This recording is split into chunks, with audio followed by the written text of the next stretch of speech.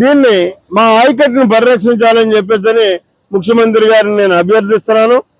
ఇది వరద సమయం కాబట్టి ఆలోచన అంతా దీని మీద ఉంది.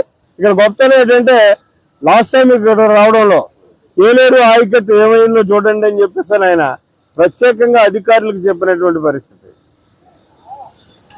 ఒక పక్క తుఫాను గురించి హెచ్చరిక చేస్తూ రెండో పక్క ఈస్ట్ గోదావరిలో ఉన్నటువంటి అదే మన కాకినాడ జిల్లాలో ఉన్నటువంటి ఏలేరు ప్రాజెక్టు యొక్క పరిస్థితి ఏంటి చెప్పండి ముందని చెప్పేసి ఆయన అన్ని తెలుసుకుని మినిట్ టు మినిట్ ఆయన తెలుసుకోవడమే కాదు, నేను కింద స్థాయి మా నాయకులను అలర్ట్ చేస్తుంటే అధికారులని ఆయన నన్ను అలర్ట్ చేసేవాడు.